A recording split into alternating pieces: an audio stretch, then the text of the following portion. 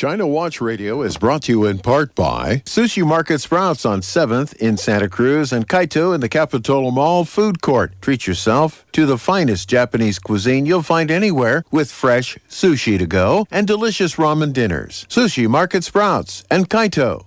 Yum!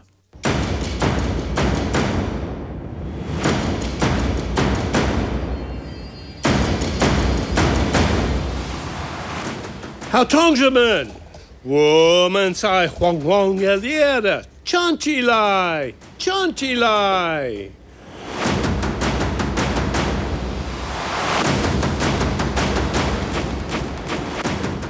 Welcome, ladies and gentlemen, to the September 29th edition of China Watch Radio. What the heck happened to September? What the heck? Where are we? But here we are. We are at KSCO's Broadcast Central right here in Santa Cruz, California. We're looking across that big, beautiful stretch of water called the Pacific Ocean to China. And we're trying to figure out what's going on over there and how it might affect us. As we look this past week, we see that the move is on. Russia is gobbling up the big chunk of Ukraine it conquered by force of arms, freezing out Europe's opposition by turning off the spigot to its natural gas.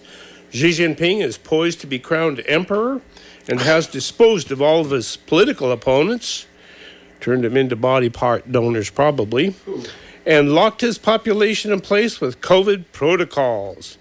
The world order appears to be teetering dangerously, which today leads us to ask, is the new world order approaching a tipping point?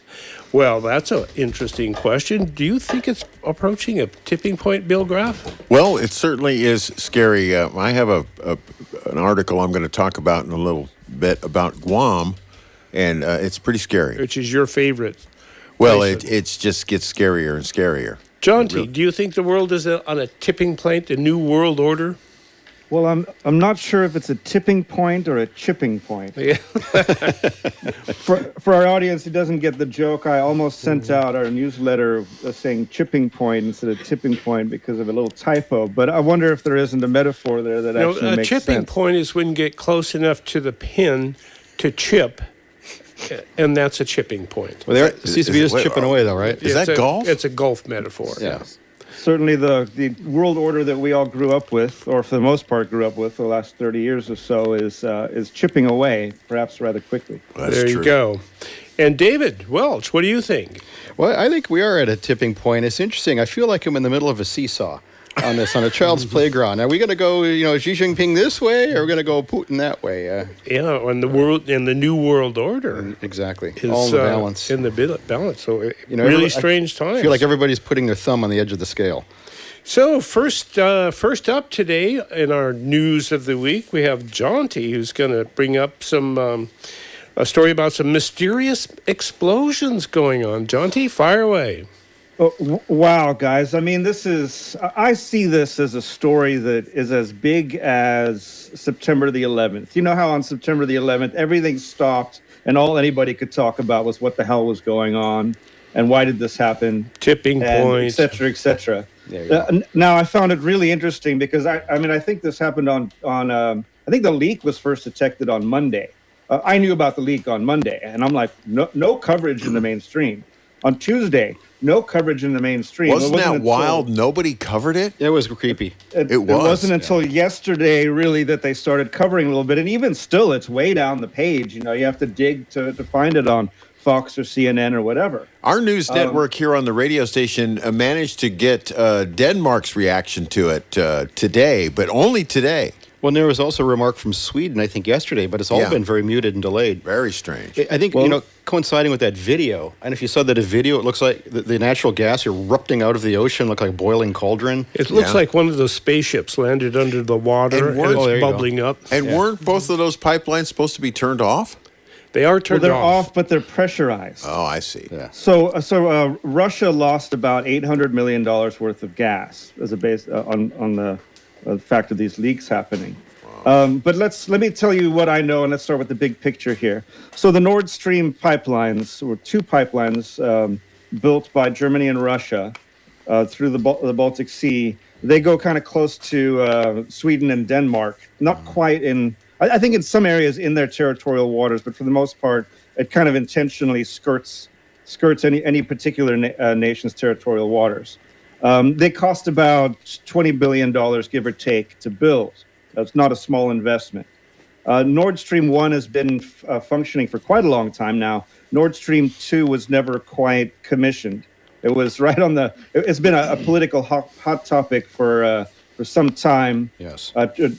Trump, as everyone probably, I mean, as some of you probably know, was suggesting very strongly to Germany that creating a dependence on Russia for oil was not a good idea. Being a historian, I just want to take a brief moment and point out that England and or France has been trying to prevent an alliance between Russia and Germany for hundreds of years, at least going back to Napoleon. So just something to keep in mind. Ain't nothing new, okay? But let's have a little deep dive here. So there's, give or take, there's about 5 main pipelines that can get Russian gas into Germany or Europe. Nord Stream 1 and 2, and then 2 others through northern Ukraine, and then one which doesn't really go to Germany, but I think it's worth mentioning, one more through southern Ukraine, through Odessa, Moldavia, and then into Romania. Just something to think about in the geostrategic context. Now, Ukraine and Poland. So Ukraine has been charging a fee to transit Russian gas. Just think about how weird that is. So we're all saying that negotiation. we're all saying Russia's at war with Ukraine. Well, that's why Russia called it a special military operation, because Russian gas has been flowing through Ukrainian pipelines and into Poland and then into Germany. Both Ukraine and Poland charge a transit fee, so they get money for transporting this gas. Now, it's definitely not an accident that these flipping things blew up. There's 4 leaks now, by the way, that have been detected. 4 leaks, 2 pipelines. So the Swedish National Seismic Network detected 2 large explosions, which measured, one was 1.9 on the Richter scale and the other was 2.3. So the seismologist was saying at least 100 kilograms of explosives. At least. Wow. Probably quite a bit more. It was an accident. As Michael Olson knows, I've often Lost a stick mentioned of dynamite. I often mention Peter Zion and his prognoses via demographics and things like that. Boy, did he get this wrong. I've never heard him get something so wrong. He said anybody could swim down with a pickaxe and make a hole in it. Absolutely not true. No. The pipe itself is about 1.5 inches thick of steel, and then it has about 6 inches to a foot of cement encasing it. It's about 70 to 90 meters below sea level. So it's that would be a very difficult dive for any normal diver. That's a hard hat diver. Yeah, with nitrogen. Yeah, but at the same time, it's not very deep if you're trying to hide a submarine. Yeah. So you can't just easily sneak in and out with a submarine. No. Let's see. Pretty much NATO, all of NATO has now declared that it was a sabotage. Germany, Sweden, Denmark, Poland, the U.S. and Russia were all very quick to kind of come out and say this ain't no naturally occurring event. Russia immediately called for a meeting of the UN Security Council. I don't know when that's happening or if that's happened or what the details are there.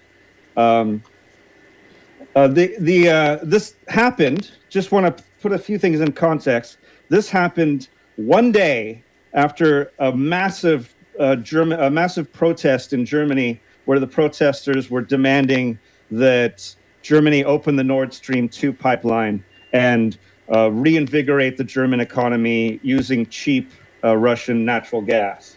The other thing that happened one day prior was that Norway and Denmark and Poland celebrated the opening of a natural gas pipeline from Norway to supply Denmark, Poland, and probably Germany as well with natural gas. Now, that pipeline, just to put it in a little bit of context, is only capable of carrying about 1/10 what Nord Stream 2 itself could carry. A couple little tidbits that have been making the news, making the rounds, I should say. In February, just prior to the launch of the Russian special military operation, President Biden was interviewed about the situation there. And he said this: if Russia invades, there will no longer be a Nord Stream 2. We will bring an end to it. The reporter then pushed back a little bit, and they said, but how will you do that exactly, since the project is in Germany's control? And Biden responded, I promise you, we will be able to do that. And then he smirked. At around about the same time, Undersecretary of State for Political Affairs, Victoria Nuland, architect of the 2014 coup in Ukraine, said if Russia invades Ukraine one way or another, Nord Stream 2 will not move forward. Poland's prime minister and Ukraine government in general immediately blamed Russia for the sabotage. This I find kind of interesting. This character, Radek Sikorsky, he also made a bit of a stir. He's a European member of parliament. He was the Polish Minister of Foreign Affairs, I think 2007 through 2015, something like that. He immediately posted on Twitter a photograph of the huge bubbling leak with the message, "Thank you, America." He then kind of walked back the sentiment of saying something about how Nord Stream isn't necessary for Europe to get natural gas or something. And then he just deleted the whole post altogether. But he's an interesting guy. Just real quick, the background of his Twitter page shows him shaking hands with Joe Biden. And he's married to Anne Applebaum, who's a notorious neoconservative writer, also a confidant of both Hillary Clinton and Joe Biden, just so he might know what the heck's going on. Now, so we can sort of divine different motives, and certainly there's a debate and a discussion to be had here, and I don't want to jump to any foregone conclusions, but I do want to share what I think is really pertinent information to this event. Now, Russia doesn't have any sort of dominion in the Baltic. It's kind of a NATO lake. There's all kinds of sonar set up to try to detect Russian subs sort of entering or leaving the Baltic. And then there's also the question of why the heck would Russia do it? I really laughed at this one post that I saw somebody make. He said something like, I turned on my sink faucet and it was running and I wanted it to stop, so I blew it up. Yeah, I got a kick out of that because it begs the question, all Russia has to do to stop the Nord Stream pipeline is turn it off. So and they did. They don't really have they don't have an incentive. Well, there's much of a motivation. I mean, unless they were trying to have some kind of a false flag to, bait another country or the West in looking like villains. I mean, they've been trying for quite a long time to use this energy incentive with Germany in order to bait Germany away from NATO and the U.S. for them to blow up that whole possibility for themselves. A very strange thing to do. I agree. It's just if I was fishing for a motivation for Russia, that's about all I can come up with. Well, you started the whole discussion by saying that the pipeline was, in fact, a joint project of Russia and Germany. Right. Why would either of those two countries bomb $20 billion worth of investment? I don't really see a big reason for either of them to do it. Even if they decided not to use it, why would you blow it up? That's exactly. Just turn it off. And you're not the only one who thinks it wasn't Russia, because Fox News did a big piece on the fact that it just very well could be Joe Biden. Wow. Tucker Carlson did cover a lot of these same concepts. It's interesting to see the blowback against it. All of these folks saying Tucker Carlson should move to Russia and live with his boyfriend. I see that as very low-level political analysis. A couple little more things real quick, and I do realize we should move on. In June, the U.S. Sixth Fleet conducted what's called the Baltrops 22 exercise in that exact area to practice mine clearing and to test unmanned underwater vehicles, which I should mention, This is real interesting to me. I didn't know this. The Swedish military in 2015 removed an explosive-laden drone from Nord Stream 1. They found this drone. It was apparently attached with a cable. They cut the cable, and then they came out and said, we couldn't really tell based on the generic nature of the thing what country made it. And I'm thinking, like, couldn't you just follow the cable back to where it started? But at any rate, I found that a bit interesting. Okay, with that, we're going to move along. John T., we're going to go to Dave. Okay. Let's see, Billy's up with his Guam story. Well, a similar sort of story, equally as scary to me anyway, as the whole pipeline sabotage story we've just been talking about. China, is pointing various weaponry around the Western Pacific, and the U.S. military is readying for new missile configurations in the island territory of Guam and around it. The Pentagon would like to scatter its surface-to-air terminal high-altitude area defense missile launchers and radar to some islands around Guam, not directly on Guam, because they're afraid that if they try to protect the island directly, that it becomes a bigger target. And that missile system's also called THAAD, so people may have heard that. Okay, so anyway, there's a bunch of little islands around the northern Marianas, which is where Guam is. Guam is one of the islands in the Mariana Island chain. Mm-hmm. But Guam is a U.S. territory, and the other islands are a commonwealth of the United States. Okay? So the strategic and naval facilities on Guam include Andersen Air Force Base, the naval base on Guam, the Marine camp, the Joint Region Headquarters, a bunch of other stuff. Anyway, let me get to the part about this that's just scary.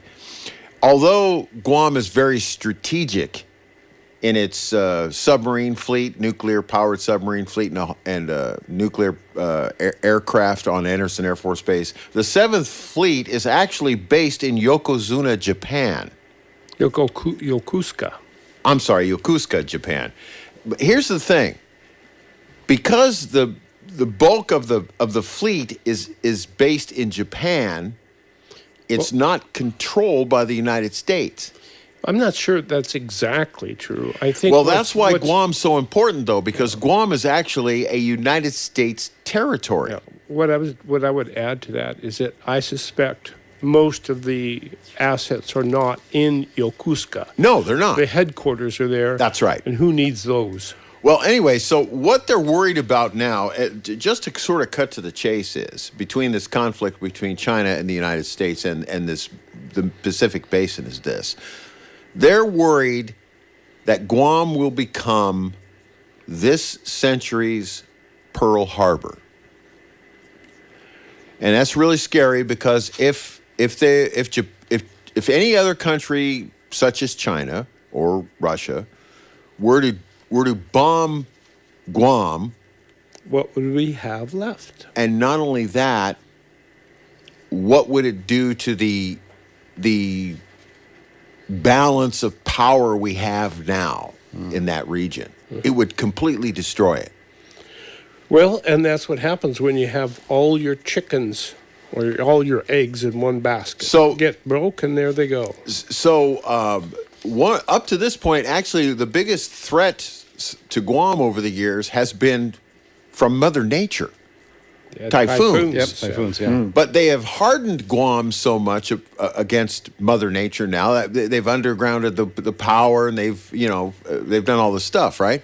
So now they're turning their attention to hardening Guam militarily. Mm-hmm. Well, North Korea also threatened to lob missiles at Guam at one point until That's right. Trump put his fist down. Well, like I said at the beginning stages of this program, if anybody lobs anything toward Guam, the quick result will be that some place where the lobbing came from will become a giant charcoal briquette.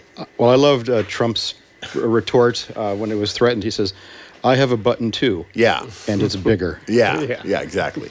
Anyway, that's my thought. We got a scary story about a pipeline And now we have a scary story about the balance of power and people aiming missiles at each other. Well, the scary stuff just keeps on coming. David, can you do yours in a minute and a half? You bet I can, Okay, yeah. fire away. Well, this is really alarming. The urban Chinese support for armed unification with Taiwan. And there was a survey recently. It was done in 9 major cities. And I tell them this I'll take with a grain of salt. As we've been escalating our threats to, defend Taiwan militarily, the Chinese people, according to these phone surveys, have been emboldening their thought around armed versus peaceful unification. So for a long time, peaceful unification seemed like the right step forward. We'll just wait them out. Exactly. And in 2013, it was 13.9% of the population was in favor of armed unification. There was 7% undecided, and the rest, wanted peaceful. Well, that's all flipped. The undecided is about the same, but now we're looking at an enormous increase in people who are supporting, a majority now supporting armed unification, which I found rather alarming. However, again, I take this with a grain of salt because, this is done in the big urban cities. It's probably biased towards party members, which tend to vote more favorably towards conflict than the peasants. I found the reason that they cited in that study very interesting. I believe, if I remember it correctly, they wanted to cultural unification. Yeah, was the term. Yeah, they want their stuff back from the National Museum. Basically. Yeah. Well, and we want the chip factories too. One thing here that surprised me, just in closing. So from 1958 to 1978, the Chinese had been periodically shelling Kingman Island. Which I was completely unaware of until reading the article around this particular survey. And at that point, the Chinese determined it's better to, harvest the economic benefits of Taiwan than, pissing them off and driving them away. Foxconn. Yeah. Bring Foxconn in, and they'll make us some money. We'll make some iPhones. Well, that's one of the big, huge flips that leads us to the tipping point, is that China has apparently turned its back on the West. And to heck with those chip factories, a heck with the technology companies. We're strong enough as we are right now, yes, thank you. We've got what we need. We ate our spinach. We We flexed our we're tough muscles. as nails, and nobody's going to stop us now. Yeah. So we're not afraid of Popeye the Sailor Man anymore. Yeah, and you wonder what those inner city people are thinking about armed struggle with Taiwan. Yeah. Well, it's there it is, another tipping point story. So isolated. Yeah. We're going to take a quick break, but this is China Watch Radio. Today we're talking about, is the world coming, the new world order that they've been praising for years and years, is it coming to a tipping point? Curious to hear what you have to say, and you'll have a whole hour to tell us. Second hour, 3 to 4. And the next half hour, more stories about the possible tipping points. More scary stuff. It gets better. It gets worse. Better radio, worse for the world. Satisfy your hunger with Vice Daily Grab-and-Go Sushi you'll find waiting for you at Sushi Market Sprouts, 2 blocks from the beach at 300 7th Avenue in Santa Cruz. Fresh, delicious, and oh so good. Hello, I'm Junko, and I look forward to serving you at the Sushi Market Sprouts. Are you thinking of selling your house and don't want to pay 5 to 6% in commissions? I'm David Bartels with Everhome Realty, and I'm like you. I don't believe in percentage-based commissions either, and that's why we offer full-service representation, great results, and 5-star service for a very low flat fee. Last year, I was ranked 14th in California homes sold, and I can sell yours for top dollar, too. To see how much you can save, go to everhomerealty.com, EVERHOME, realty.com. I'm Charles Friedman. Before you turn on that air conditioner up to max, give a thought to the safety of all the electrical circuits that keep you cool. Best way to check on the safety of your electrical circuits is with the help of Chris Jensen and the staff at JM Electric. Chris, what should we be watching out for? Thanks, Charles. It is really important to be mindful of the electrical circuits that power air conditioners. Any electrical leak from these circuits is a real fire danger. You may not be able to see the electricity leaking from the circuits behind your walls, but JM Electric's state-of-the-art testing equipment can find them. And JM Electric is happy to help folks out with a free home assessment to see if the current safe testing service is right for your home. Give us a call at 422-7819. Go straight to jmelectric.com and take the home electric safety test. After you answer 12 yes or no questions, you'll have a good idea about how safe to feel. If you don't feel safe, call JM Electric and ask for a free current safe home assessment. That's JM Electric at 422-7819. You'll sleep well at night.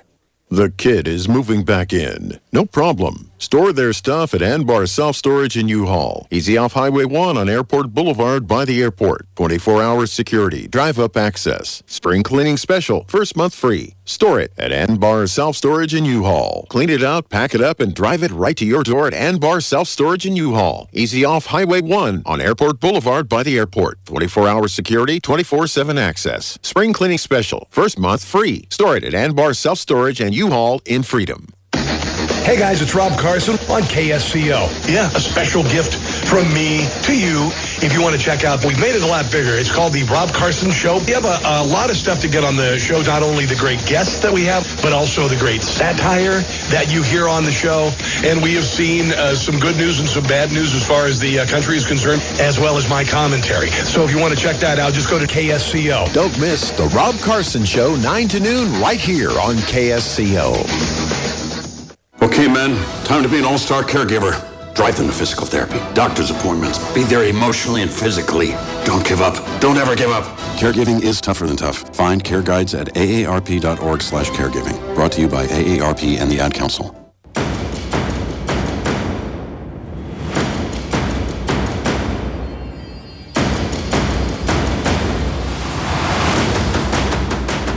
Woman with a lighter. Welcome back to China Watch Radio. We have the crew here today. We have Susan Simon running the ship. She's the pilot in command. We have Bill Graff in the talk studio, pulling and pushing the levers of sound. We have Jonty in the redwoods, or are they just woods, Jonty? There's a good combination. I've got both. a cathedral of some redwoods here. A cathedral of redwoods. Trees. All right, there you go. David Welsh is in the studio as well. And we're ready to roll. So we're going to start this half hour with my story out of Reuters, I believe it was. And the story is about, China urges Europe to take positive steps on climate change. Now, you really have to give this a little bit of thought. So to help you think, we have the voice of someone that will help you think. See if you can guess who it is. To me, it is a tragedy. I think it's a horrific thing that's being done, where you are feeding billions and billions of dollars from Germany primarily, and other countries, but primarily from Germany, into the coffers of Russia, when we're trying to do something so that we have peace in the world. I think it's a horrible thing that Germany's doing. I think it's a horrible mistake. And as much as I like Angela, I was very open in saying it. I think it's a horrible thing that you have a pipeline coming from Russia. And I believe that Germany's going to be getting 50, 60, or even I've heard numbers of 70% of their energy coming in from Russia. And how can you be working for peace and working from strength when somebody has that kind of power over your country? I don't think it's good. You're not working from strength. You've given up all of your strength. I think it's very bad for Germany, very bad for the German people, and I don't think it's very good for NATO. You want to know the truth? Well, now, do you think that voice, which of course belongs to Donald J. Trump, do you think he has earned the right to say, "I told you so"?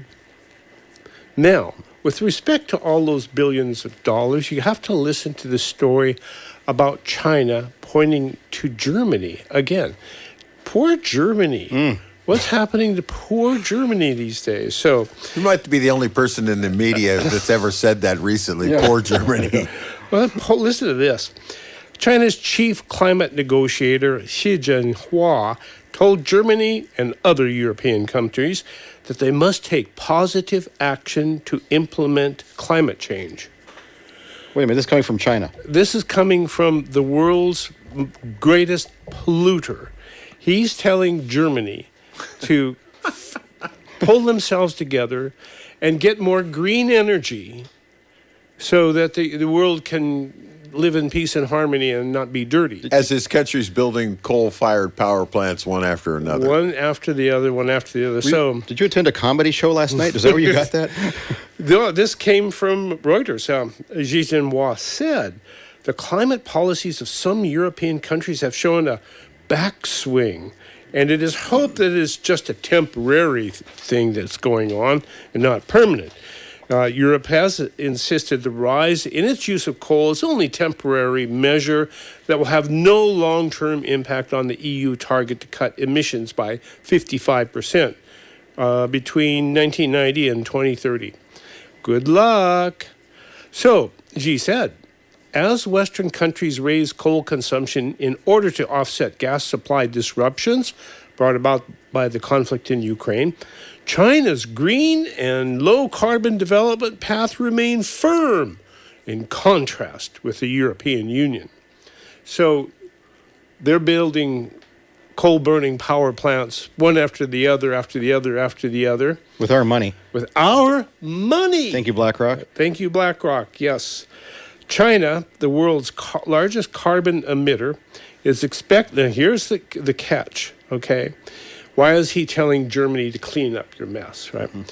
China, the world's largest carbon emitter, is expected to focus on the issue of financing at this year's global climate talks, known as COP27, which will take place in Egypt in November. So he's getting ready for this. Xi told Germany that implementation and action should be the major theme of the meeting, and said he hoped industrialized countries would quickly meet their pledge under the Paris Agreement to transfer $100 billion a year in climate funds to developing nations. Of which China is officially the biggest. A developing nation. The biggest. According to the WTO. Yes, the biggest. Yeah, the biggest. Give me money. Yeah. China is telling Germany. I wonder what Donald Trump would say. No, something with go pound sand with a few colorful words. So, Foreign Minister Wang Yi also told the UN General Secretary Antonio Guterres that all parties needed to build a good political atmosphere ahead of COP22 and abandon unilateralism, geopolitical games, and green barriers, according to a statement from the Foreign Office. Can I just make some observations here? Is this not the craziest? This is the best propaganda war I've ever heard. Oh, Yeah. This is just both sides just talking out their ears. So here we have the world's greatest polluter telling the world's most green country that they have to get greener. Right. And send them $100 billion. So they can get dirtier. Now, that sounds just like what we've been going through in America in the last 40 years. Yeah. We send all of our industry to China because it's dirty, and then we give China all of our money for the cheap stuff. And that comes back from the dirty. And we feel so good about ourselves. It just flips me out. And we wonder why we're at a tipping point. Yeah. What's that, John? I should really clarify for our audience that this is China Watch Radio and not the Babylon Bee. There you go. But you know, it's just so weird. The rhetoric is just almost mind-blowing the way it. Well, this from the government of China. Well, and also, I have to say it, our own government isn't faring too well in this dialogue either. Well, because of our support of Taiwan, do you remember China has said we're going to cease any conversations on green and fentanyl. Yes, and fentanyl. Yeah. We're not talking to you about fentanyl till Nancy Pelosi gets down on her hands and knees and begs for forgiveness. Yes. Yeah. So there it is, folks. We owe China $100 billion. Wow. So that they can build more power plants. We and Germany's cleaner than we are, so they should pay more. Well, and they're told that they're going to have to ration their heat over the winter. Because the pipeline that they helped build with the Russians blew up. Yeah, mysteriously. It's just incredible that we could come to this place. And you know what's kind of scary about this whole thing is we can ruin each other's economies by just blowing up some infrastructure. Mm-hmm. I mean, it's kind of scary. It's very delicate. The world is far more delicate than people realize. I mean, and that is globalism. It is. I mean, we saw the shock in supply chains with COVID. The ships, couldn't get loaded, and then they couldn't get unloaded. And, we just see even in our own neighborhood here when the power goes out. Yes. How you just feel like we're in the Stone Age all of a sudden. I can cook with my flame, with my barbecue in the backyard, and that's about it. Well, this is where Jonty's ahead of all of us. He's living up in the woods, and he could chop down one off of his the grid. trees. He can live off the land for a while up there. Roughneck Not style. nearly as much as I would like, but I do have probably about a year's worth of food stored here, so I'm somewhat ready, at least. So you know where we're coming. When times What's your address, Jonty? Yeah, where do you live? He's got it sighted down his long driveway already. Well, you guys are invited. I'm not sure about the whole town. All right. Who's up next? Billy Graff. All right. So we were talking about all these expenditures. We were just talking about money being a big thing. Okay, well, let's really get into the real money now, okay? Think about this number for a second. 20 trillion, that's with a T, dollars. $20 trillion controlled by just two entities, BlackRock and Vanguard. Both of which are controlled by the CCP. Okay. I was going to let you. No, maybe. Okay, come on. Let's have a little debate here. I'm going to let you draw your own conclusion. But here's the deal. The scenario of two entities controlling $20 trillion is a lot closer than you might think. It hasn't happened yet, but they're expecting this to happen within about 10 years. Now, here's the thing.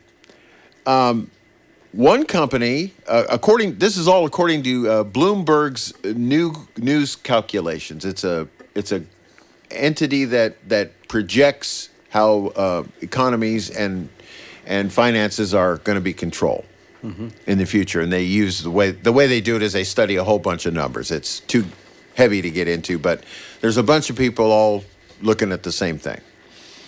Now, in about a decade,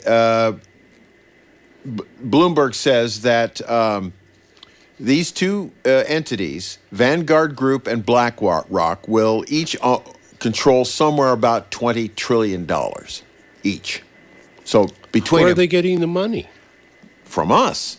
We're investing in it. Everybody invests in only a couple of giant investment firms. So when we take our money down to the bank and put it into a savings account of some kind, or your company has a retirement account, or if you're a firefighter, the firefighter group has a group retirement fund.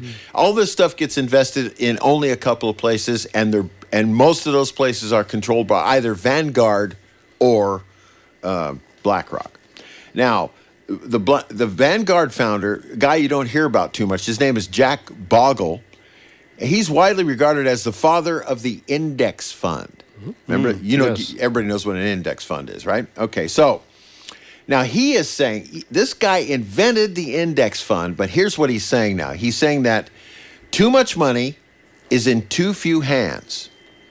He says with BlackRock, Vanguard, and State Street Corporation, the only significant stakes in really large companies in the United States. There's three of them, but two of them are really big, really big.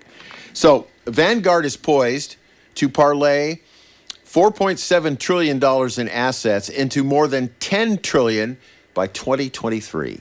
Now, this is 2022. Okay, so we have three guys who have all the money. And where do they put the money? They don't have all the money, but they control all the money. Slightly different. No, it's not. You control it. You own it.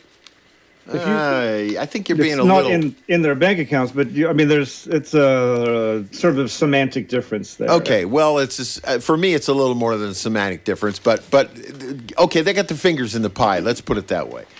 Here's the thing, though.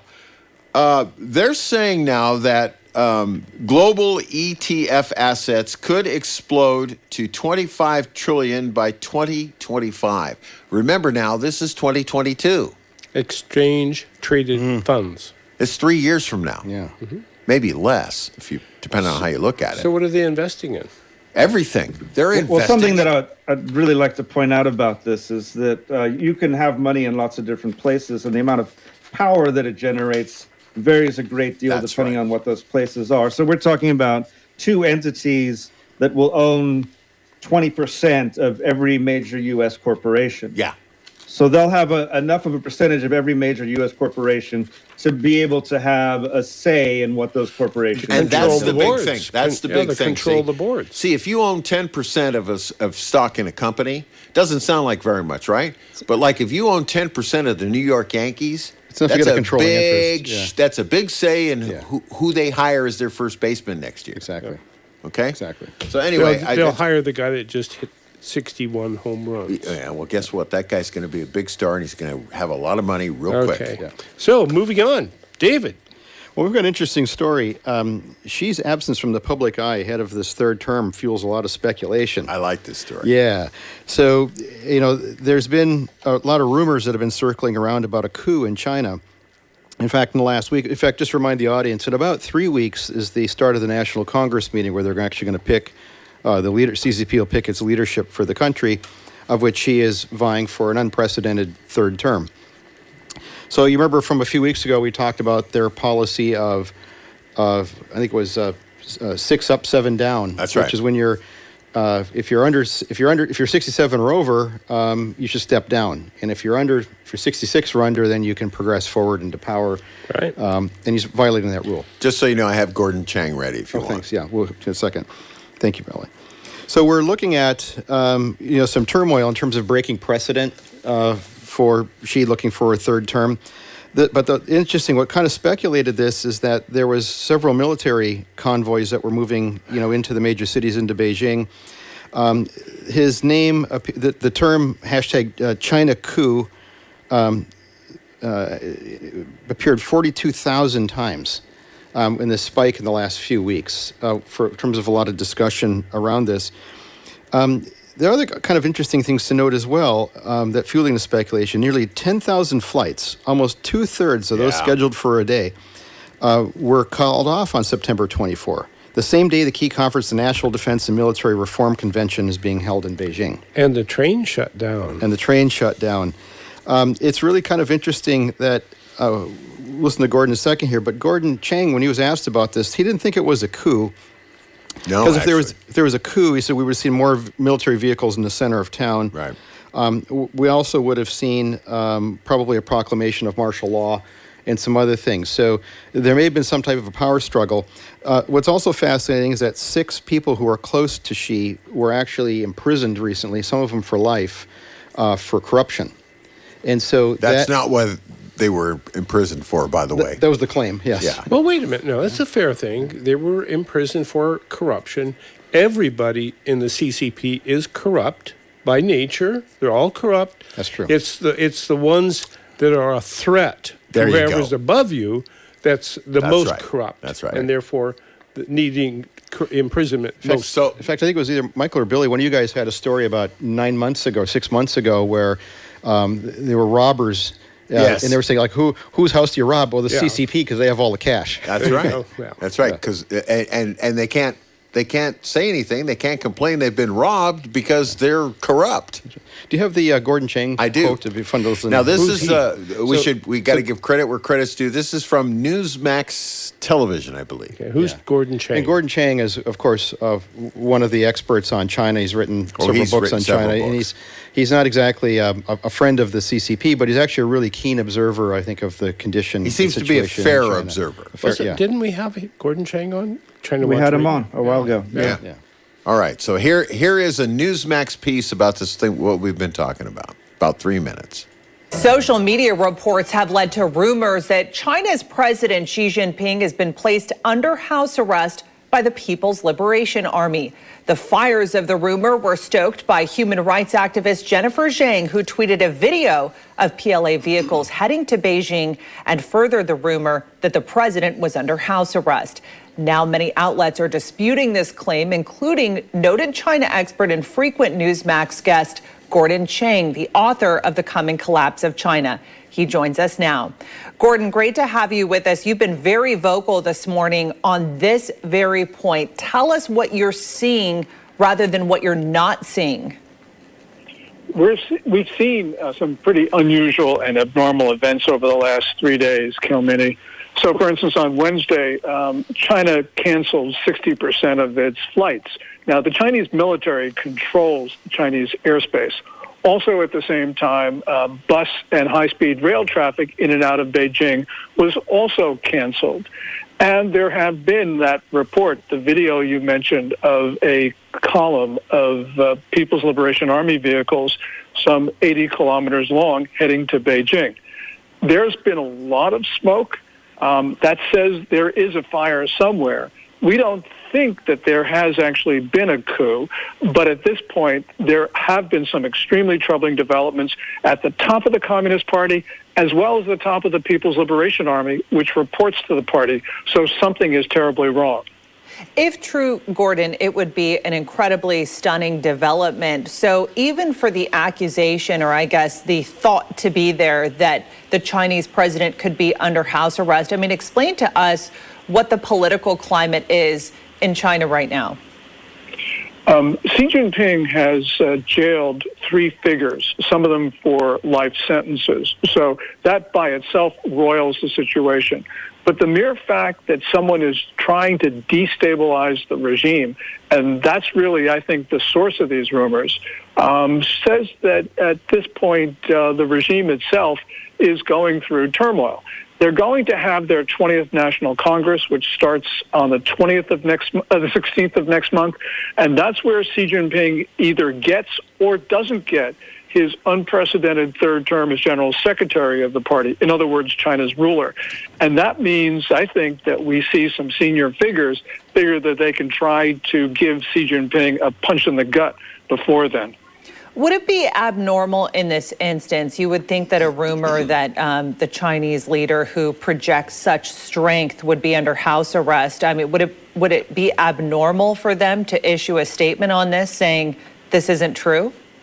Yeah, they won't issue a statement on that. That's not the Communist Party style. We saw something very similar, Kilmini, in 2015 when there were reports of armored vehicles in Beijing, and those reports are generally believed to be untrue.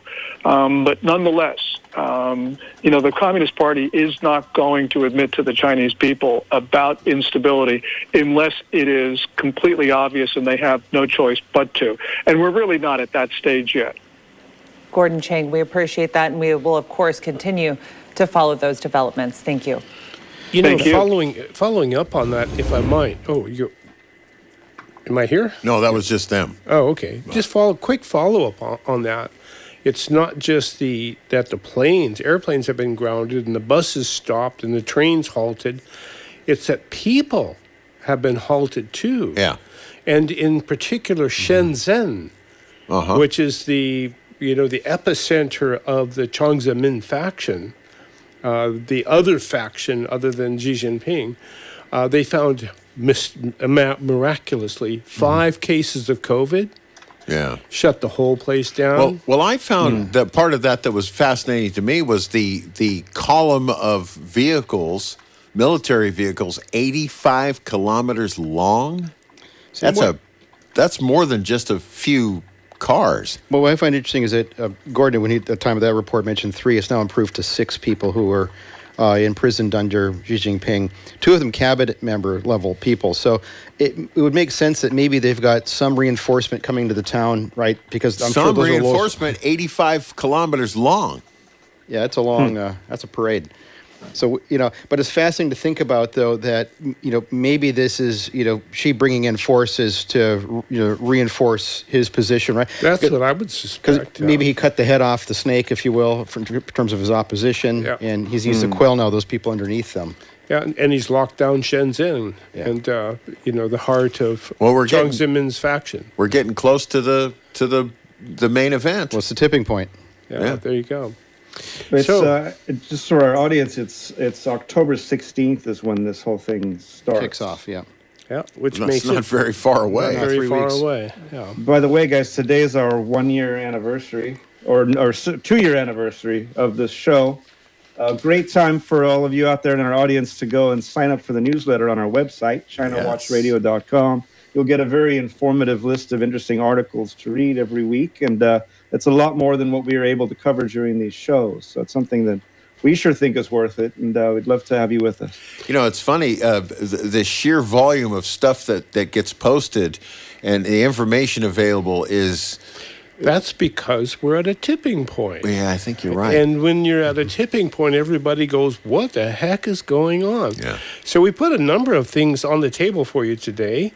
Well, my goodness, what do you think about them? I put together a piece on China requesting that Germany become more green. And furthermore, that the countries of the developing world should give China and the other little countries of the developing world $100 billion every year. Wow. Oh, every year. And somebody signed that agreement. I just want a tiny little part of that. Who signed that agreement? Well, and of course, I put together the story about the fact that the little tiny island in the Pacific that seems to be protecting the South Pacific is beefing up its military presence, and so are the little islands around that other little island. So it's kind of interesting there. I sincerely hope we don't have the modern day Pearl Harbor, but there are some who in the United States military who believe it might happen. Yeah, John, did you have a question for the audience? Well, we just have the biggest whodunit for several decades happen in the Baltic with massive geopolitical ramifications. Go. Who did it, ladies Who's the most and gentlemen? likely suspect? Who did it? David, do you have a question? I want to remind everybody that we really are at a tipping point. I'd like to know from the audience, which way would the scale tip? If you're on the seesaw, the global seesaw, and it's teetering, you got a sense of balance. The audience, who tips it over and where? Wow, a couple of really great questions for today's second hour. Should we send China $100 billion every year? What do you think? 831-479-1080 is the phone. And in just a minute, we'll be going to a quick break. But arm yourself with your phone, some notes, and come at us. We'd love to hear. We're just a few blokes trying to figure out what's going on with our world. We don't really know. Have questions, and you have the answers, so cough them up. ChinaWatchRadio.com. This is AM 1080 KSCO Santa Cruz, Salinas, Monterey. We'll be back after we bring you up to date with some national news, and we'll probably hear about that pipeline in the national news. Stick around, it's on the way, and we'll talk to you in our second hour today.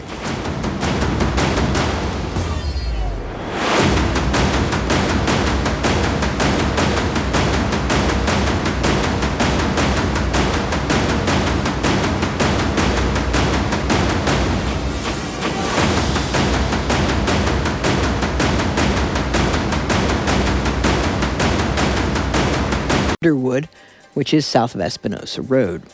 And there's a 10-minute delay on eastbound Highway 156 around the traffic light at Union Road. Weather forecast for tonight, mostly clear with lows in the mid-50s, east wind around 5 miles per hour, becoming calm this evening. And tomorrow, mostly sunny with light and variable wind becoming west 6 to 11 miles per hour in the afternoon. There is a small craft advisory in effect from 3 o'clock, that's now, this afternoon through this evening. And tonight, boaters' forecast calls for northwest winds 15 to 20 knots with gusts up to 25 knots, wind waves 1 to 2 feet, west swell 3 to 5 feet at 12 seconds, and southwest up to 2 feet at 14 seconds. The time now 6 minutes after 3 p.m., and that means it's time for the second hour of China Watch Radio. China Watch Radio is brought to you in part by Sushi Market Sprouts on 7th in Santa Cruz and Kaito in the Capitol Mall Food Court. Treat yourself to the finest Japanese cuisine you'll find anywhere with fresh sushi to go and delicious ramen dinners. Sushi Market Sprouts and Kaito. Yum!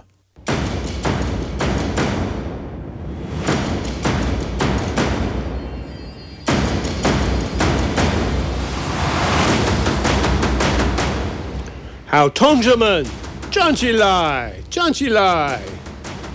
Yes, stand up and fight with your phone. Pick up your phone, dial 479-1080 in the 831, and let us know what you think. We're standing here in Santa Cruz, California, looking across that big blue Pacific Ocean to China. What the heck is going on over there? Well, we know what's going on over there, but do we like it? It's scary. It's almost like we're at a tipping point or something. You know, it's like what started the First World War? Somebody shot somebody. It was Archduke Ferdinand. Yeah, Archduke Ferdinand got assassinated, and everybody got upset. Yeah. And there it goes. And then the Second World War started for the United States, when Pearl Harbor got bombed. Yeah. Well, no, we were involved in. Well, we were involved, but I mean, we officially joined the conflict when they picked a fight with us. A lot of historians think the actual first start of World War II is when Japan invaded Manchuria. Oh, yeah, absolutely. Which was like 10 years before that. Yeah. So we were at war for. Well, the world was at war. If you look at the way the world has erupted and has gone on here, there've been the world's been a conflicted place for quite a while. Forever. Yeah, pretty much. Yeah. So that said, we've had an extraordinary stretch of peace. Actually, oddly enough, if you go back to the Second World War and you look at the number of people who died in wars, between the Second World War and the present, it's been hardly anyone. I mean, 60 million people died in the Second World War, give or take. We haven't had any conflicts that even come close to that since. Yeah, true. Yeah. And so it's been some good times, but we're looking at times that don't appear to be quite so good. They kind of make one a little bit nervous. You see Xi Jinping's, locking down his country, waiting to be crowned emperor, de facto emperor. He's going for his third term. The 8th Chinese dynasty. The Red Dynasty, as it were. Yes, right. And we see Putin up there in Russia, raising havoc, taking a big chunk out of the Ukraine, gobbling it all down, and then freezing out Germany by turning off the gas. What on earth is Germany going to do to stay warm this winter? Burn furniture, I guess. And who had the greatest motive to blow up that pipeline? Well, see, that's the scary Pretty sure one. It was Germany that turned off the gas. They turned off the gas on themselves, but their citizens aren't real happy about that. Because they wouldn't go along with Putin invading Europe. Wouldn't Ukraine be suspect number one for blowing up the pipeline? Ukraine is a country that benefits dramatically from it. Yeah, because they have a number of pipelines going through. But they control those pipelines because it's through their terra firma. Mm-hmm. Whereas it's not. Well, yes, but if the Nord Stream pipelines continue to exist, then as the special military operation draws to a close and Russia annexes the 4 oblasts that have a majority of Russian-speaking people in Ukraine, then creating a legal scenario, at least in terms of their laws, where if you're attacking those areas, you're attacking Mother Russia, and they can use their full military to prevent it. That would change all the rules as far as they've been. Wasn't that the same? Isn't that interesting, though? How the rules will get changed. Wasn't that the same gambit that Adolf Hitler used when he invaded Poland? It's now mine. Austria. It's now mine. Yeah, it's mine. Yeah. And then he arrived But he invaded them because they had a lot of German people in them. Well, that's what he said. That's what he said. Yeah. Even though they spoke Polish. Yeah. Well, they were there were German-speaking Germans there, and the rumor has it that the Poles weren't treating them real well. Yeah, at least that's what the Germans were saying at the time. And I studied a lot of World War II. I remember when I was in college, there was seeing a German film that was produced at the time of this wonderful flower of Germany who lived in Poland, who got savaged by these Polish soldiers, and so they tried to generate a lot of outrage and public sympathy. Gosh, who do we believe? I'll tell you, that's the great only question. ones I'm going to believe today are those people who call 831-479-1080. And guess what? Not going to believe anybody else. Guess what? Do we have somebody? We have 3 people who've We have called some already. smart people out there. Well, because you asked a good question and several good questions actually, but I'm interested to find out what's going on here. Let me see who's first on our list today. I got to move Should my we microphone agree to believe them all? Well, we can start there. Okay. Steve in San Jose called in first. He's been hanging on the line the longest. Hello, Steve. Welcome to China Watch Radio. It is a glimpse of China media in America. Last night, I think they heard it in Monterey or something. Ooh, your phone is, Steve, your phone is just really abysmal. Stop moving around here a little bit and try it again. He dropped off. Is this any better? Yeah, that's way better. Okay, I got rid of my headset. Well, yeah, I was in San Jose yesterday, or I would have missed it because it wouldn't have been broadcast in Monterey. They know better, but it was a strange documentary. It was a total propaganda piece with actors and federal agents posing as actors and all kinds of weird stuff. And it was airing exactly as Stephen King's home was being pelted by the storm in Florida. Good shot, Steve. You got it in there. But we were waiting for you. We were waiting for you because we recognized your voice. Anyway, we'll say goodbye. Thanks for calling. Let's try Johnny, who's calling from Pebble Beach, if I punch the right button. Johnny, you're on China Watch Radio.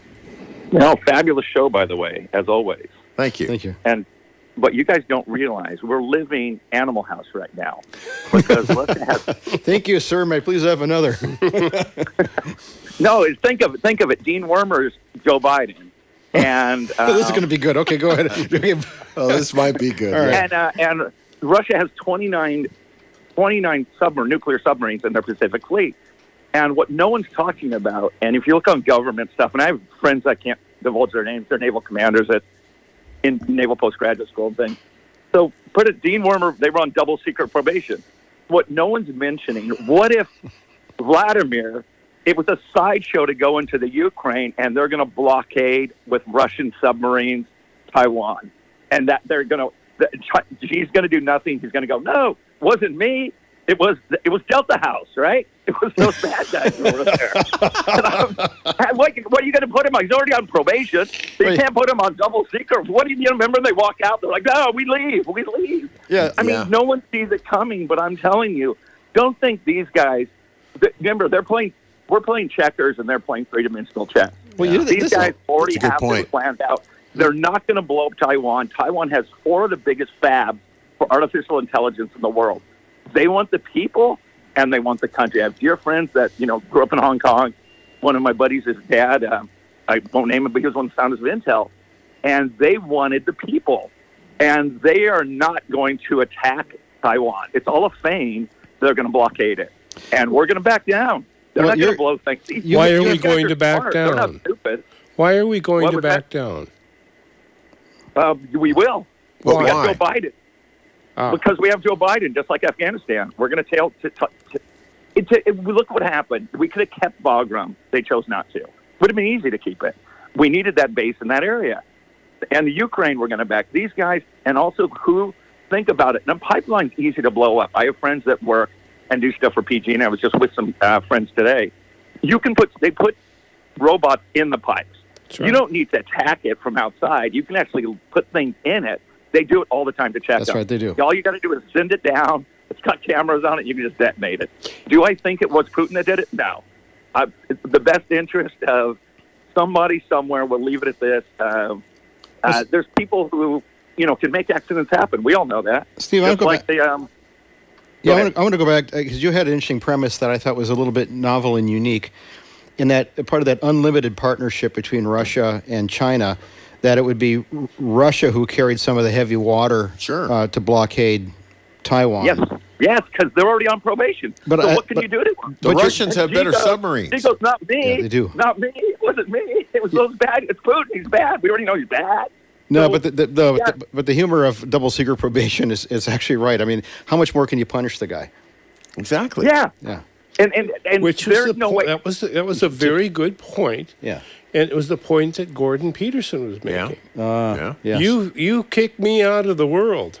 Yeah. I'm on my own. Fine. I've got oil. Yeah. I've got minerals. I've got grain. What do you have? That Germany. No, and what they're doing, if you looked at Russia, all they're doing is they're transferring all the oil, just going to China, it's going to India.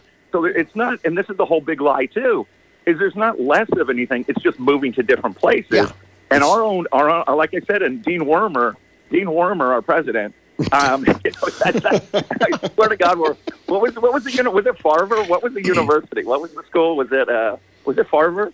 And literally, I'm just waiting for Belushi to show up. And it gets better. You got Hunter Biden. There's a movie called Mickey Blue Eyes. Not even a good movie, but the whole premise of that movie was that they were auctioning off art to mobsters. And I mean, so the Democratic Party is just looking at bad scripts from bad movies. Well, do you remember? And do you remember? Do you remember John Belushi's famous quote from that movie? I just loved it. You remember the kid? He took the kid's car and he was going to take care of it, and he screwed it up. He goes, "Hey, you effed up. You trusted me."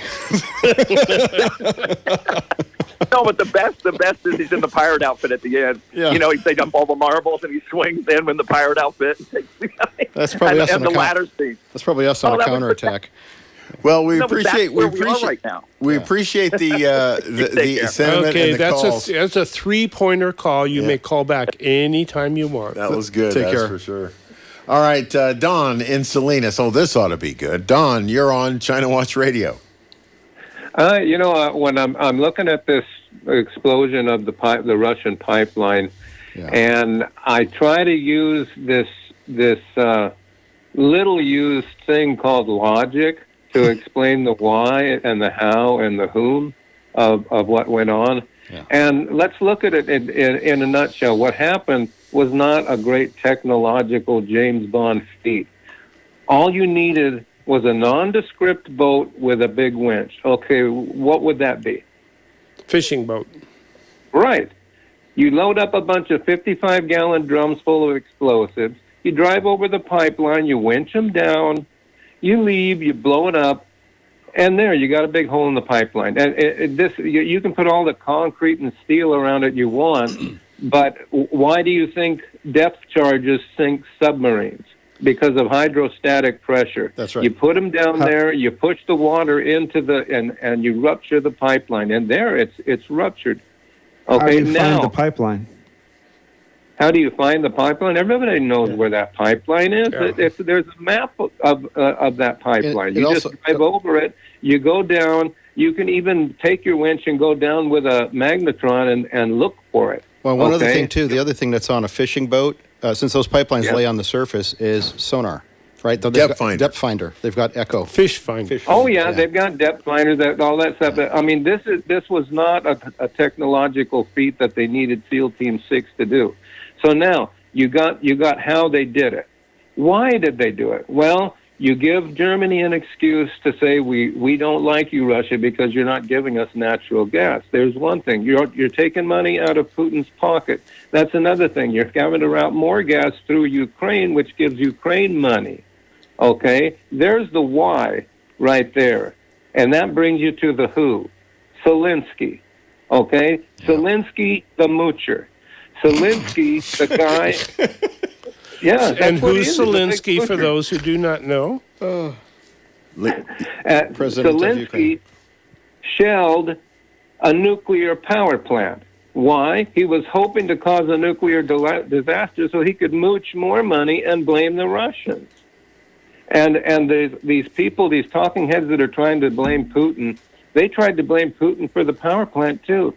I mean, they're nuts. You can't believe anything out of these people's mouths. You have to And use it's interesting, Don, that they've been blaming Putin for everything for years and years and years. But you know what this reminds me of, though? I'll never forget. I was in the 10th grade, and I was in an English class, and we were going through, I forget, some book.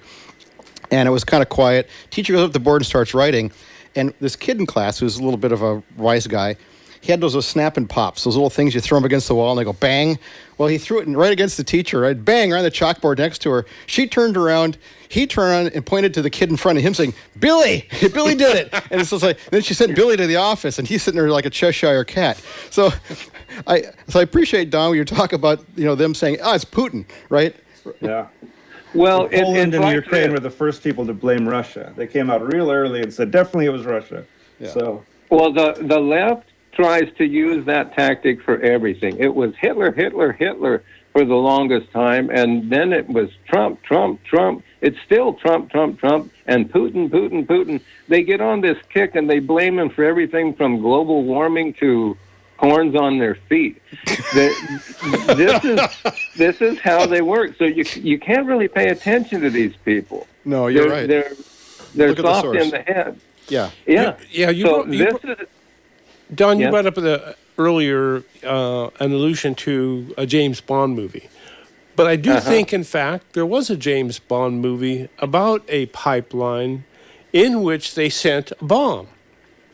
It was actually, I think it was in Azerbaijan, where the pipeline was, and they sent a nuclear bomb through the pipeline. Yeah. As a delivery vehicle. Yeah. And James Bond wrote it. It was exciting.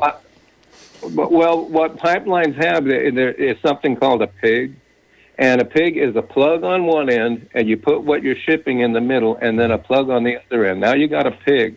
Mm-hmm. You can put things in a pipeline, gold, bombs, whatever you want to ship, and put them in a pig, and you can ship it from Russia to Germany with nobody even ever knowing that it happened.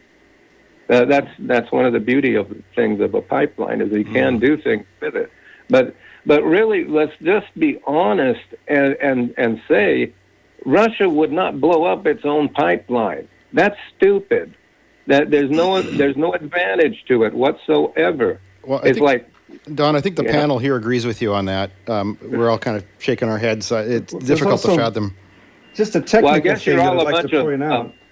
You're a bunch of Putin-loving fascists, then, aren't you? Watch it now. If I could just point out, if you're talking about using a pig put inside of a pipeline to blow the pipeline up, that assumes that the pipeline is flowing, I believe. Well, yeah, but if you're going to use a pig, with a bomb in it to blow up a pipeline, first you have to be in Russia and stick it in there. So it ain't going to happen. Germany, you could do it from Germany, the other end. No, because the gas only flows one way. Yeah, exactly. Yeah. And if there's any oxygen in that pipeline when you're running a machine through it, I would think that could be dangerous. A little bit, yeah. Boom, kaboom.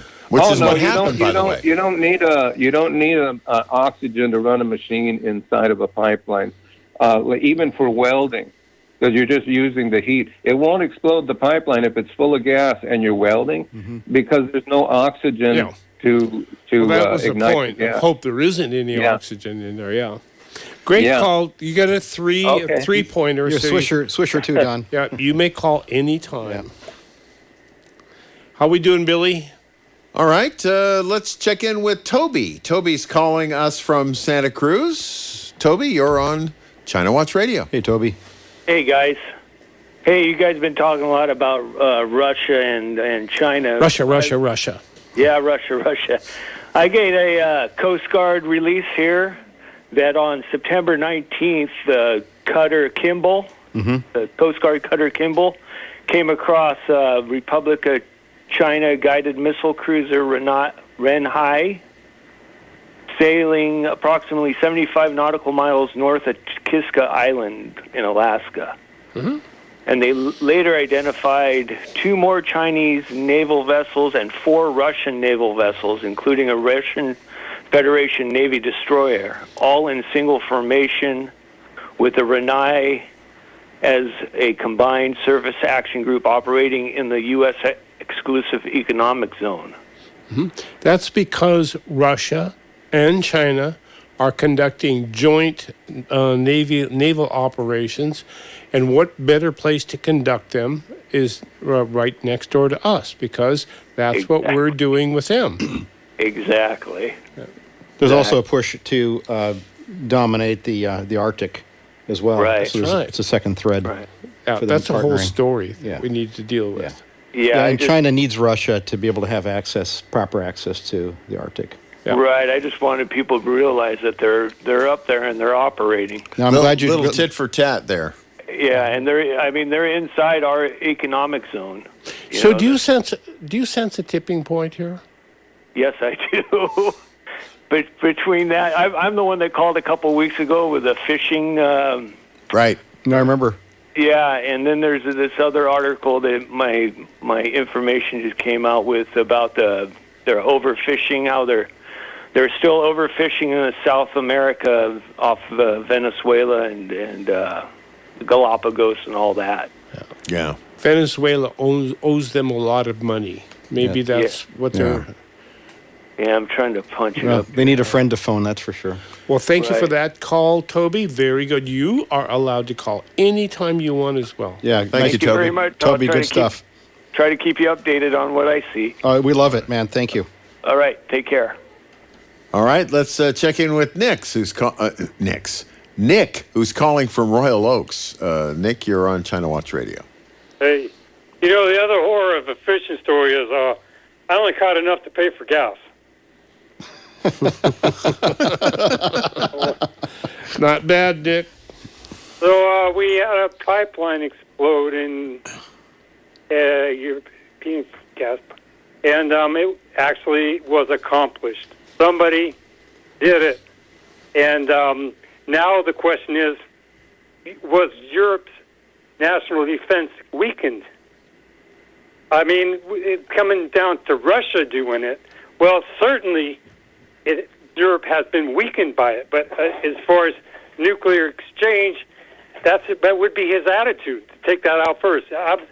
It's disgusting that I'm learning that there were pacts and agreements before World War I and World War II. I just learned about two. Now I'm hearing about one. And so agreements is in the tide because we had 911. That was accomplished. Well, there was a lot of they had everything as far as knowledge. Well, you make some good points about the fact that after the explosion of the pipeline, who's weakened? It's actually a very good question. It is a good question. It is probably the question. It was worse than a loophole because a loophole is they're trying to get away with it, but this is like the money got to somebody who did get away with it. There you go. That's And a it good was, point. and it was in the blind eye. Yeah. So far. That they have those little bombies or something. Well, Nick, we appreciate the wait a minute. observation. I have a quick question for Nick. Nick, do you think we're at a tipping point?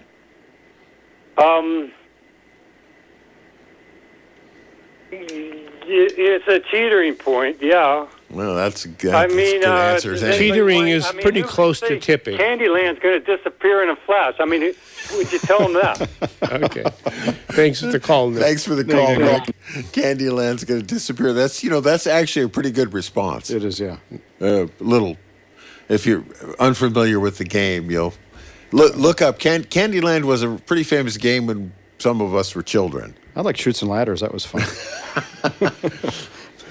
All right, let's go to... I gave up at Pong. Andres is calling us from Pasatayam. Oh, well, you know what, Andres, if you'll hang on through the break, we'll take you first. We're right at the bottom of the hour. If we don't take our break, China Watch Radio, 831-479-1080. Are we at a tipping point? Call us. Satisfy your hunger right now with the delicious ramen and sushi you'll find waiting for you at Kaito. Easy in and out location in the Capitola Mall food court. Special orders welcome. Fresh, delicious, and oh so good. This is Koji. I'm looking forward to seeing you at my restaurant, Kaito. It's the 2022 California International Air Show, October 8th and 9th. For the first time, see the Red Bull Air Force team perform at the Salinas Airport. Experience the power of the latest Air Force fighter jet, the F-35A Lightning II. And for the first time in Salinas, the world's fastest jet fire truck. And backed by demand, the Wall of Fire. It's the California International Air Show at the Salinas Airport, October 8th and 9th. Get your tickets today at salinasairshow.com. That's salinasairshow.com. Are you a business that sells to businesses? Do you want some free sales leads? Test our lead generation app for business-to-business sales prospecting. For a limited time, you can get batches of up to 100 prospects every day for free. Call the radio station at 831-475-1080 and ask for Richard. Test our lead generation app for business-to-business sales prospecting. That's 831-475-1080 and ask for Richard. Hello? Hi, Grandma. How have you been? Oh, no, Grandma, not again. Sounds to me like you got hit with ransomware, Grandma. You see, Grandma, as you're looking through that celebrity article on the internet, suddenly you receive a dialog box saying they have control of your computer and you have to pay them to get control of the computer back. Am I right? Well, only one thing to do now. Take it to Peter and his friendly staff at User Friendly Computing. Let's face it, most of your computer problems these days start with the user being tricked into clicking on a link that contains a path to computer hell. User-Friendly Computing will have you back on track fast. User-Friendly Computing is locally owned at 505 River Street across from Gateway Plaza. Or you can give them a call at 831-423-9653. That's 831-423-9653. If you think things couldn't get any worse, think again. We're all now in completely uncharted territory, all of us. From the entire COVID-19 scenario to covert climate engineering operations in our skies to unfolding ecological collapse around the world. Converging catastrophes are closing in from countless directions. What cards will the controllers play next? Tune into the commercial-free, non-political Global Alert News Hour, Saturday mornings at 8 a.m. and replayed again 6 p.m. Saturday on KSCO 1080 AM. This is Dane Wigington from geoengineeringwatch.org. Hi, this is Boring Jeff of the driver's seat. And we're racing into KSCO on Fridays from 2 to 4 to cover cars, including racing cars, sports cars, collector cars, and anything else with a radio in it. We suggest that you tune in here at KSCO 1080 AM, and you can listen to the show also on KSCO.com. Driver's seat, Fridays from 2 to 4. Join us for the fun.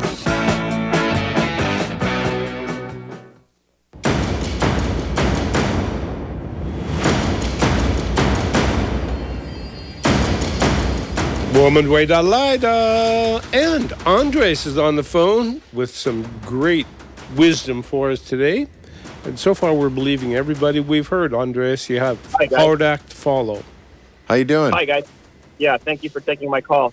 So I have an interesting take on this. I speak to my buddies over in Estonia, and one young lady over there, she's Russian-Estonian, and she sent a message this morning that, basically the Russians are blaming Ukrainian terrorists for bombing the pipeline. But it's interesting that they're blaming the Ukrainians. I mean, yeah, that's one of the suspected suspects. But at the same time, I mean, Putin's very careful to blame the U.S.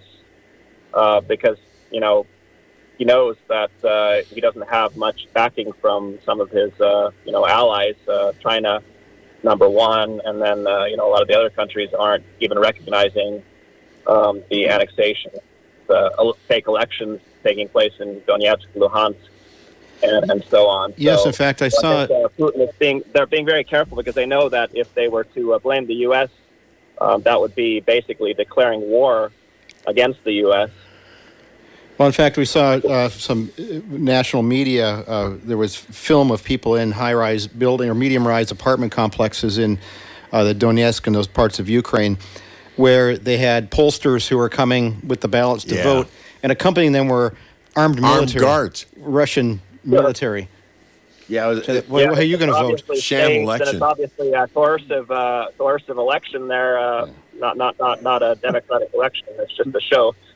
Basically, I don't know. I think that given the population of those regions, I would expect them to have a leaning towards Russia. Also, the Ukrainians were threatening to imprison anybody that voted for, I think it's 10 years.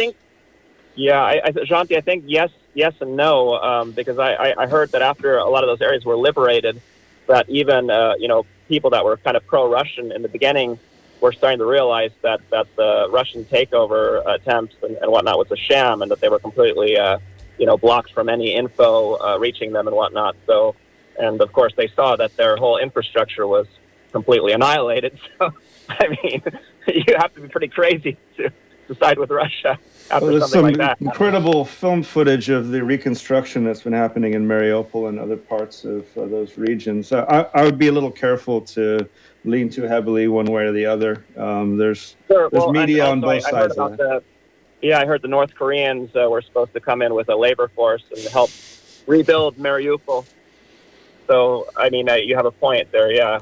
I heard Dennis Prager's program this morning, and he was saying that, he's supporting, the U.S., support of Ukraine, obviously, and the money and weapons that we're sending them, versus, like Tucker Carlson, who was like, kind of like questioning it, saying that, it's essentially like keeping China at bay, too, in terms of Taiwan, because they're looking at how we support the Ukraine war, and then Xi's gonna basically not be so quick to move on Taiwan. I mean, that's a good point. It's like Neville Chamberlain in the Second World War, appeasement, or showing that we have some might behind our words. Some resolve. Yeah, some resolve. So, Andres, quick question. Sure. Yeah. So, well, do you sense that the New World Order is at a tipping point? New World Order in terms of, China being a dominant force? In terms of an open world in which there really are no borders that are supported by, a few very big businesses that essentially run and control everything. That to me is what the New World Order is. Yeah, investment houses and businesses. Yeah. Yeah, no, I agree with that because, you see the tendencies along the U.S. border being so porous, and then you see the European Union basically usurping, a power that the states used to have. But it's hard to say. I mean, I think there's a lot of pushback these days. You see governments in Europe, for instance, kind of leaning right wing. As a reaction. So it'll be interesting. And it'll be interesting to see, basically, we're ground center here in the U.S. for this fight against globalism. Well, what's interesting with this tipping point, with this war on battle of thought, when a conservative government is elected, like just recently in Italy, why is it always far right or radical right? It's never a conservative point of view. Those who control the words control the thought. So if you have an enemy, you call them extremist, and you call yourself moderate. Yep.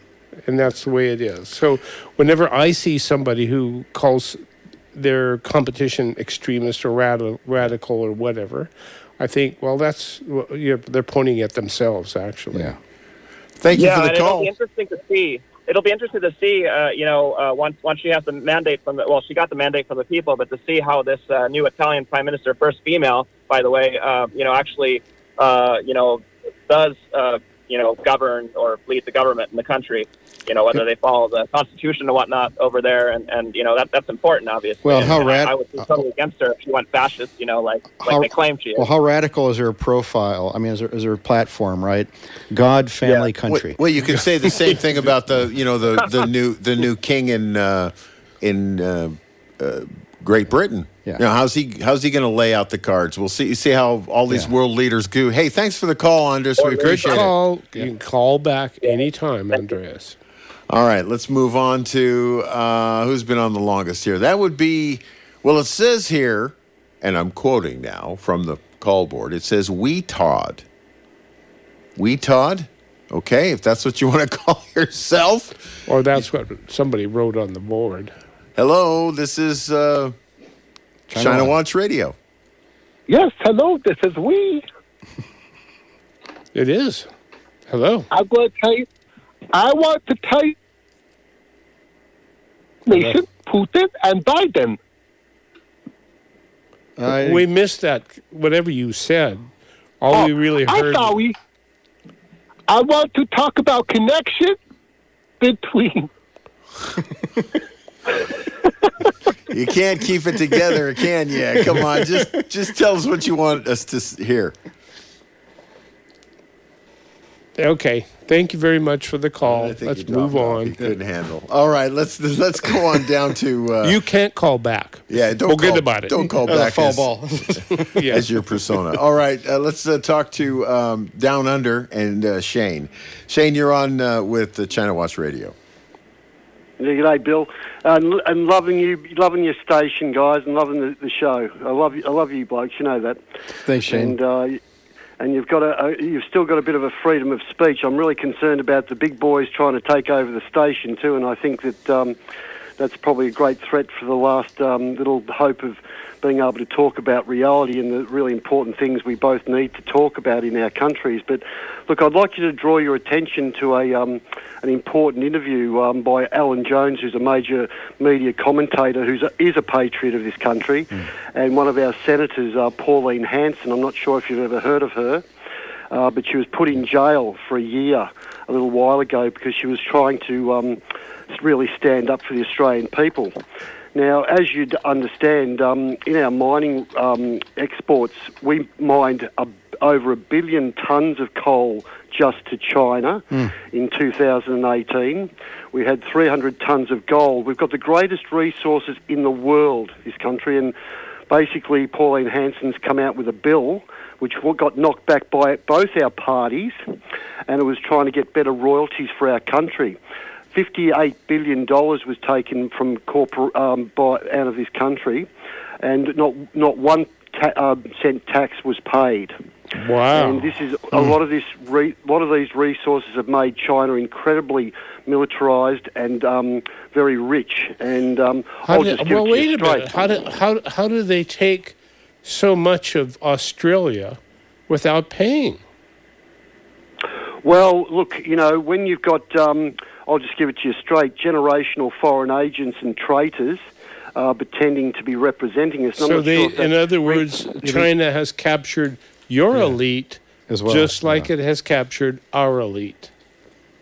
Oh, look, Michael, I'd say a world corporate system has, and they've got obviously strong interests in all countries, and they use different countries to use their power bases. But my main concern, obviously, is the future of our children in both our countries, because while we've got these, I suppose people not really representing us, and I've heard, your people really complaining about your governance too, and I'd say you've got the same problem. A lot of your technology and military hardware has been given to other countries that will be probably using against both of us soon. And I would say, fellas, we're in deep trouble because one of our great senators she got put in jail for a year. Think about that, just for speaking up. But she's gone and spoke out again, and I'm praying for her now because she might maybe even get killed. But have a look at the YouTube, Alan Jones, and it's Australia is being plundered by foreign companies. Pauline Hanson and Alan Jones. It's a very interesting. They only give her a few minutes on it, but it's just showing you the same thing I'm explaining now. Yeah, we'll take a look. We'll take a look at it. Thanks. I have a quick question for you down under there. Do you think? No worries, Michael. Yeah. Do you think the world is coming? The new world order is coming to a tipping point? Do you think everything's going to go kaboomba? Well, look, I'd say we're the centre. I'd say we're the capital, if there's a capital sort of place. I'd say Australia is being moved into it's not a democracy at all. These people who are in our governance have been placed there, and I would say all our allied countries have got major infiltration. I'm sure there's interest in our security, and I'm sure that there'll be maybe a clean-up of that. Because I'm sure there's a lot of patriots who do respect all the hundreds of thousands of our forefathers, who, our great men who laid their lives on the line for other countries' freedoms and our own freedoms and our children's freedoms. So, and I know you guys are patriots because you actually get on every day, on the shows and talk about the interests of future generations. Yes. And, I go on about certain technologies that are being exposed to Australia. Australia's in $1 trillion debt right now. So while they rape all our resources, they actually put us in debt and groom our children with unsafe technologies that you know quite well that I've talked about. And look, we'll just keep fighting on. As I always say, fellas, if we go down and we're on the right path, then that's fine. But if you're on the wrong path, then it's bad luck for you. But I'm only interested in Americans' children, British children, and all the allies who actually earned that respect from the legacy of those blokes' last thoughts, which were fighting for our lives in 2 major world wars, and the other wars that the different communists were trying to sneak through. I always wonder too when we talk about tipping points. At what point does the table tip back at the people who are trying to put their thumb it on the naturally scale? happens. It's like waves. It does go in both directions. And that's could be what's going on in China with respect to what's going on in Iran. The contents of the table backsliding onto them. You see the people rebelling in Iran against the mullahs. And you know that's going to have an impact on Chinese people. And they're also rebelling against Putin in Russia as well. Anyway. Shane, thanks for the call. Yeah, Shane. All right, let's move on to, let's see, Mike in Santa Cruz. Mike, you're on China Watch Radio. Hey, thanks for taking my call. Just a quick comment on that last call. Mayor Rothschild's accredited as saying it, though some doubt he might have said this. Give me control of the issuance of a nation's currency, and I care not who makes their laws. And it's no wonder at this point in time that we're looking at the powers that be, those that consider themselves masters of the universe, wanting to implement, central bank digital currency, of course, to further monitor us all and put the choke on the IV bottle. But that's just a beginning side point. What I wanted to address is your question about teetering on the edge. Is the New World Order on the brink? Their whole design is new order out of chaos. So it wouldn't matter to them. It wouldn't matter to them if 85 or 90% of the populace die in that situation. They consider themselves bunkered in and chosen, to be able to reseed. Wow. And that's and I think part of the thing is, it's as James Billingsley said when he published the book "A Fire in the Minds of Men." It's deluding spirits that see people's intellect to think they could operate that dishonorably and think that they're going to have the reward of some kind of fulfilled vision. I mean, it's really delusional on a demonically inspired level. But I think the thing about, on the side point of Ukraine and Russia, I think we have to zoom back and look at the bigger picture of things. It was Bush Sr. that talked about 1,000 points of light, these centers of democracy, these points of freedom, which isn't really what they are. That's a cover title. But they're centers of control, and that on that point on the map, that's a NATO-desired territory. They would undermine any country of old allegiances and leadership in that situation to establish NATO strategic presence fully established in that area. There's an example of a tipping point that backfired, right? I mean, you look at Finland and Sweden, all the Baltic countries, right? All now part of NATO. Denmark, all part of NATO. Especially they were trying to be independent, right, or neutral at least to some degree, not to irritate Russia.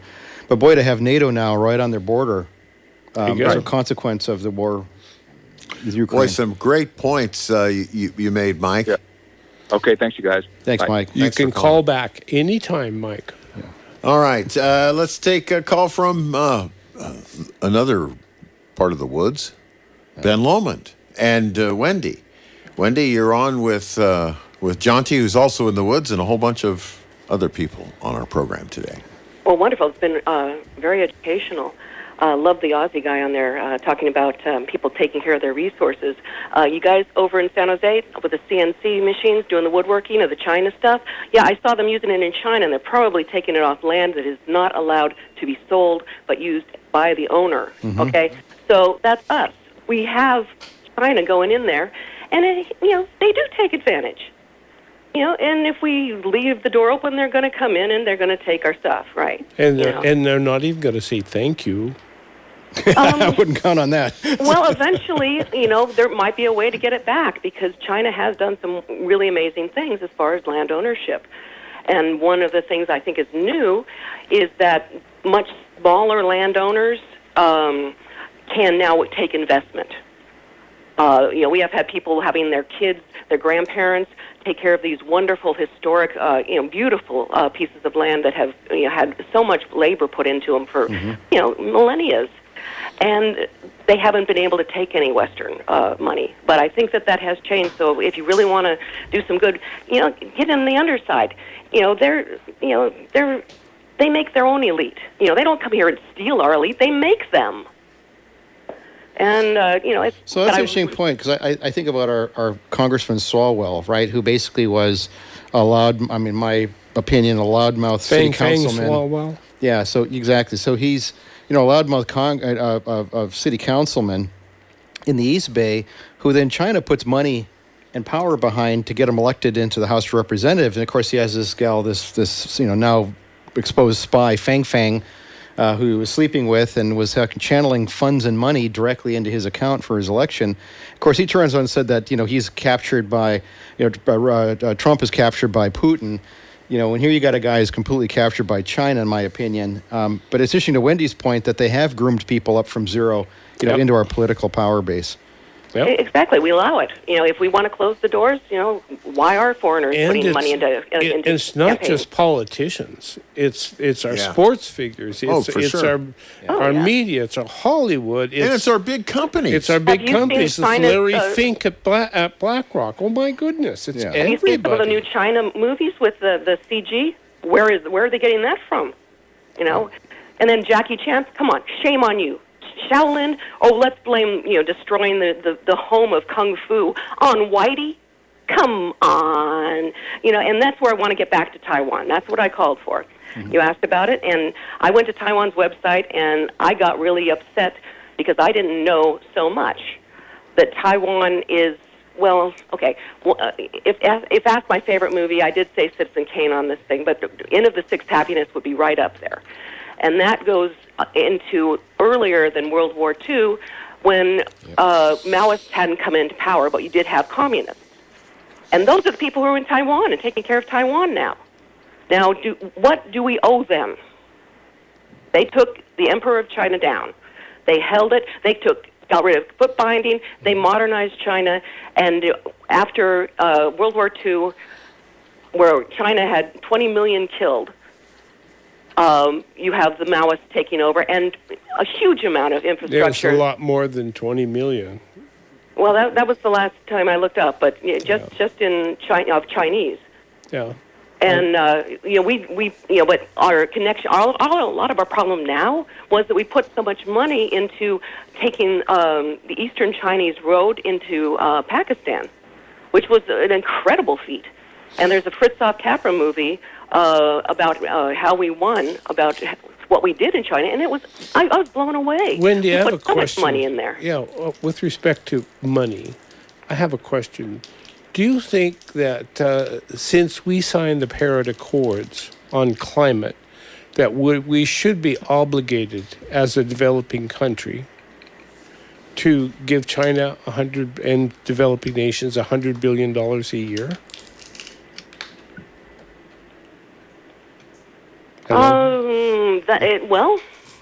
We signed the agreement. I know. If we sign the agreement, now is that to each country? It's the developing nations must get from the developed nations $100 billion a year. Oh, billion? From all of them to all of them? That's cheap. Yeah, which China is a I developing nation. just to be able to talk to them about volcanoes would be nice. All right, there you go, Wendy. Thanks, Wendy. Thank you for the call. Thanks for the call, Wendy. All right, let's take Gordy in Deer Creek, and maybe our last call. We're running out of time. Okay, real quickly, you got to stop calling methane, which is natural gas, a fossil fuel. It is not a fossil fuel. Agree. Yeah. Okay. It's just, we try to use this as a colloquial language, but I agree with you. Yes. Well, yeah. This is part of the game. Second thing, there's a lot of activity here in the valley now. All the trucks are running because the price of diesel had dropped 50 cents a gallon overnight. It is now $66.59 a gallon, and all the truckers are taking advantage of this. So I'll leave it up to you guys to figure out why they all of a sudden dropped the price of diesel. So thank you very much for being there. And Gordy, just a minute. Okay. Do you think we've come to a tipping point in our new world order? No. Ah. No. Because I was talking to a lot of people saying, "Hey, you got to get out and vote." And I was getting from it. Well, I vote, this thing, and the obviously we're partisan, and we've got to stop fighting each other, no matter what, because this is part of the game. They tell the people with the pitchforks that the one with the torches is coming after them, and vice versa. And they sit back, and we're divide and conquer, right? That's right. So we need to get together at the ground root level, and we need to start here at home before we send off, our blood, our money to all these places around the world. If we're strong as a nation, we are good, okay? But we can do no good if we're fighting amongst ourselves and we're not unified. The charity begins here at home, not overseas. Thank you, Gordy. I think we have one more. That's it. That's great. Thank you, Gordy. Wow, that is quite a profound way to... I believed all of our callers today, except for that goofy one. Yeah, somebody, yeah. Well, I even believed him. Okay. Yeah. I mean, he had a point of view. It was kind of weird, but... Yes, I couldn't quite understand it. But I think that was the point, wasn't it? Well, I don't know. Now, Jonty, what do you think? Do you think we're at a tipping point? Well, much more so than we were a week ago. Yeah. I think that's going to become quite apparent very soon. That it's there's that equal and opposite reaction scenario, but there's also intentional escalation, and I'm definitely more scared for my children's life this week than I was last week. And I was already pretty concerned.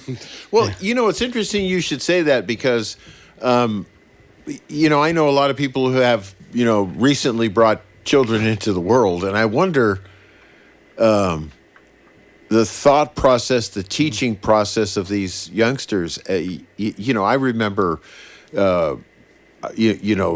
people around me when I was a kid building bomb shelters. Yeah. I remember a demonstration put on by my junior high school. They marched us all to the high school football field, put us in the stands, and then put a big, huge plastic bag in the middle of the field and told us they were going to replicate an atom bomb.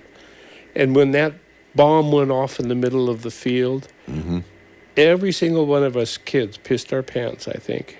Oh, yeah. We went home and we told Mom and Dad, bomb shelter, build a bomb shelter. Yeah. Huh.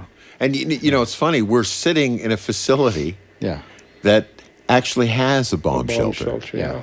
And you walk down in this thing and you realize that you got, 4.5 feet of steel reinforced concrete at the top. We have to end, but we want to invite all of the listeners to China Watch Radio to come to KSCO. If they do drop that bomb, you all come and join us here at KSCO.